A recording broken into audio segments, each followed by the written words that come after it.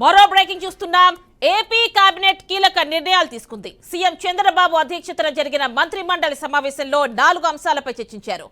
Land titling act రద్దుకు cabinet ఆమోదం తెలిపింది. అలాగే కొత్త ఇసుక పాలసీకి గ్రీన్ సిగ్నల్ ఇచ్చింది. కొత్త ఇసుక పాలసీలో విధి విధానాలను ప్రభుత్వం రూపొందించనుంది. పౌర సరఫరాల శాఖ 2 కోట్ల రూపాయల రుణం తీసుకునేందుకు కూడా కేబినెట్ ఆమోదం తెలిపింది.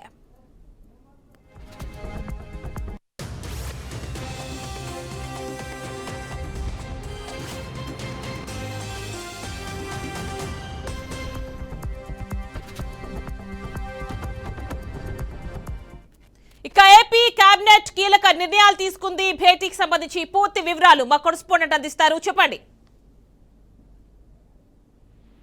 ఏపీ కేబినెట్ సమావేశం అయితే ముగిసింది. దీనికి సంబంధించి సమావేశంలో ముఖ్యంగా ఉచిత ఇసుక పాలసీ పైన చర్చ జరిగింది. అలాగే ల్యాండ్ టైటిలింగ్ యాక్ట్ రద్దు బిల్లును ఆమోదించనున్నారని చెప్పేసి ఆమోదించడానికి కూడా ఈ యొక్క కేబినెట్ అయితే ఆమోదించినటువంటి పరిస్థితి. అలాగే నిధుల సమీకరణ, పారిశ్రామికరణ, అలాగే సూపర్ 6 పథకాలు వంటివి అంశాలపైన సమీక్షించారు. ముఖ్యంగా ఆగస్టు 15 నుంచి ఆంధ్రప్రదేశ్ లో మహిళలకు ఉచిత బస్సు ప్రయాణాన్ని కూడా కల్పిస్తూ నిర్ణయం తీసుకున్నటువంటి పరిస్థితి. ఇవన్నీ కూడా రాబోయేటువంటి అసెంబ్లీ సమావేశాల్లో బిల్ పాస్ చేసేందుకు కూడా ఇప్పుడు మంత్రి మండలి అయితే ఆమోదం తెలిపినటువంటి పరిస్థితి. మంత్రి మండలి సమావేశం ముగిసిన తర్వాత ప్రస్తుతం చంద్రబాబు ఇటు మంత్రులతో మాట్లాడుతున్నారు. అయితే మంత్రులుగా గెలిచిన ధీమాలో మాత్రం ప్రజల్ని పట్టించుకోవట్లేదని, కొంతమంది మీద ఇప్పటికే ఫిర్యాదులు అందాయని, అలా చేయరాదంటూ కూడా సీరియస్ గా వార్నింగ్ ఇచ్చినట్టు తెలుస్తుంది. అలాగే నిత్యం ప్రజల్లో ఉండాలి, అలాగే వైఎస్ఆర్సీపీని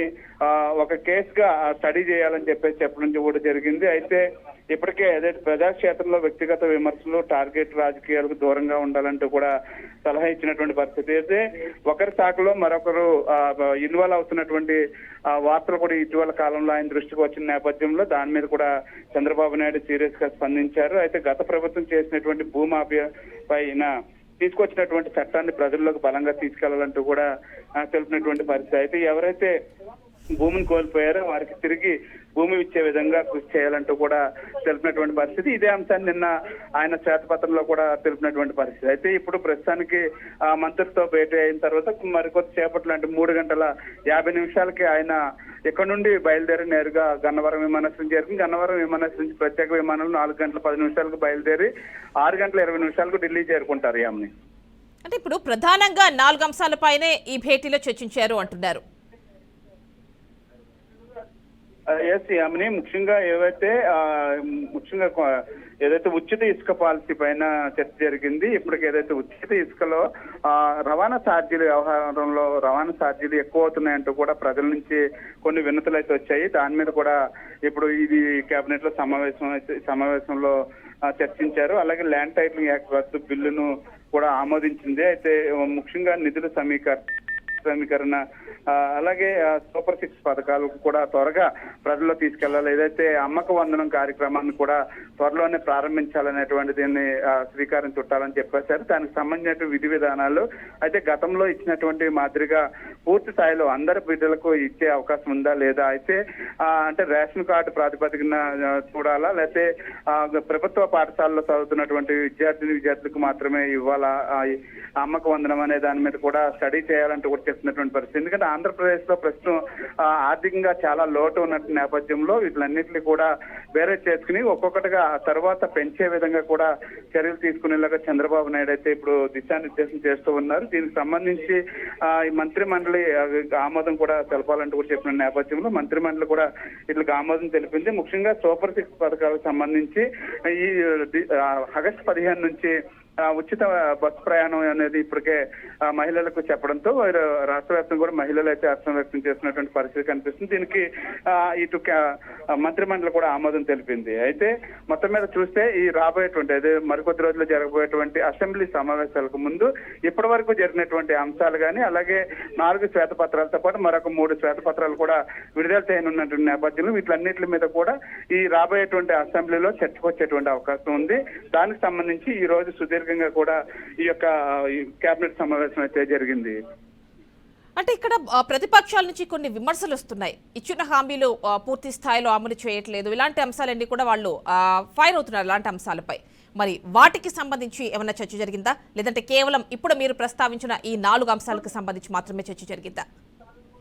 అంటే ఈ ప్రస్తుతానికి ఏదైతే ఈ ప్రభుత్వం వచ్చి ఇప్పటికే నెల రోజులు ఖచ్చితంగా 100 రోజుల ప్రణాళిక అనేది మాత్రం వీరు సిద్ధం చేసుకున్నటువంటి పరిస్థితి. 100 రోజుల్లో వారు ఇచ్చినటువంటి సూపర్ సిక్స్ పథకాలు కానీ ఇతర ఇటు ఏదైతే అటు పవన్ కళ్యాణ్ ఇచ్చినటువంటి హామీలకు సంబంధించి దాని మీద పూర్తి స్థాయిలో ప్రణాళికలు సిద్ధం చేయాలని చెప్తూ ఉన్నారు. అయితే ఇటు ప్రతిపక్షాలు వచ్చిన వెంటనే ప్రతిపక్షాలు చేసేటువంటి రాద్ధాంతం ఎప్పుడు రాద్ధాంతంగా ఉంటుంది. కానీ దీన్ని టార్గెట్ చేసుకుని ఎవరు కూడా రాజకీయాలు చేయొద్దని, ప్రజలకు అందరూ చేరువలో ఉండాలి, ప్రజాక్షేత్రంలో ఎప్పుడు కూడా నాయకులు ఉండాలంటూ కూడా సూచించినటువంటి పరిస్థితి. అయితే ఇటు వైఎస్ఆర్టీపీ మాత్రం ఇప్పటి వరకు ఏ పథకాన్ని కూడా చేపట్టలేకపోయింది టీడీపీ ప్రభుత్వం అని చెప్పేసి విమర్శలు అయితే గుప్పిస్తున్నప్పుడు కూడా అటువంటి పెట్టుకోకుండా ముందు అటువంటిని దృష్టిలో పెట్టుకోకుండా ముందు ఏదైతే ప్రజలకు చేయాలని మన హామీ ఇచ్చామో దాంట్లో ముందుకు వెళ్ళాలని చెప్పేసి సూచిస్తున్నారు. అయితే ఇప్పటికే శ్వేతపత్రాలు విడుదల వెనుక కూడా ఇదే ఆంతర్యం. అంటే రాష్ట్రంలో జరిగినటువంటి విధ్వంసం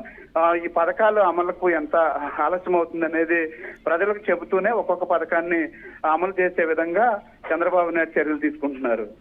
అంటే ఏడుకొండలు మనం ఇక్కడ చూస్తున్న ఫస్ట్ పాయింట్ ఇసుక పాలసీ. ఈ ఇసుక పాలసీకి సంబంధించి కొంచెం కొన్ని కన్ఫ్యూషన్స్ ఉన్నాయి. అంటే దీనికి ఫీజు కావచ్చు, అంటే ట్రావెలింగ్ అంటే ట్రాన్స్పోర్ట్కి సంబంధించిన ఛార్జెస్ కావచ్చు, లేదంటే ఎవరు ఈ అవకాశాన్ని అవైల్ చేసుకోవచ్చు, ఇలాంటి అంశాలన్నీ కూడా ప్రతిపక్షం తెర మీదకి తీసుకొస్తోంది. సో మరి అందులో ఎలాంటి నిర్ణయాలు తీసుకున్నారు ఇక్కడ? అంటే ఇసుక పాలసీకి సంబంధించి ఎవరైతే ఇప్పుడు సామాన్యులు ఇల్లు నిర్మించుకుంటున్నారో వారు ఆధార్ కార్డుతో సహా వెళ్ళి అక్కడ ఎక్కడైతే ఇప్పుడు ప్రస్తుతానికి ఇసుక పాయింట్లు మాత్రమే అందుబాటులో ఉన్నాయి. ఎందుకంటే ఒక పక్క గోదావరికి వరద వస్తున్న నేపథ్యంలో అది ఇంకా అక్కడ తవ్వడానికి ఇబ్బంది అవుతుందని, అలా కాబట్టి అటువంటి సమయాల్లో బ్యారేజీల పైన ఏవైతే ఎగువన ఉన్నటువంటి ప్రాంతంలో డ్రిడ్జింగ్ ద్వారా ఇసుకను సేకరించుకునేటువంటి అవకాశం ఉందంటూ కూడా సీఎం చంద్రబాబు నాయుడు చెప్పారు. అయితే దీనికి సంబంధించి గత ప్రభుత్వం చేసినటువంటి విధ్వంసం సంబంధించి గత ప్రభుత్వం ఎక్కడైతే ఇసుక మేటలు వేశారో ఆ యొక్క పాయింట్ల నుంచి ఉన్నటువంటి నిల్వ ఇసుక ఇప్పటికే 46 లక్షల మెట్రిక్ టన్నుల వరకు ఉందని అధికారులు గుర్తించారు. ఆ ఇసుకనంతా కూడా ఇప్పుడు దగ్గరలో ఎవరైతే ఇల్లు నిర్మించుకుంటున్నారో వారు ఆధార్ కార్డుతో సహా వెళ్ళాలి. అయితే అక్కడ లోడింగ్ కు డబ్బులు, అలాగే అక్కడ నుంచి ఇంటికి తెచ్చుకోవడానికి కావాల్సినటువంటి రవాణా ఛార్జీలు మాత్రమే ఇవ్వాలి. మిగిలిన సేంద్రీయ సంబంధించినంతా కూడా ఉచితం అని చెప్పేసి ప్రకటించారు. అయితే అక్కడ ఉన్నటువంటి కమిటీలు ఏవైతే ఉన్నాయో ఇవన్నీ కూడా లోడింగ్ చేసే విధానంలోనూ డబ్బులు రేట్లు పెంచడం జరిగింది. అలాగే రవాణాకు సంబంధించి రేట్లు పెంచడంతో ఇప్పుడు ప్రజలు ఇబ్బంది పడుతున్నారు అనేది కూడా సీఎం దృష్టికి వెళ్ళింది. Right Yedukondalu, thank you.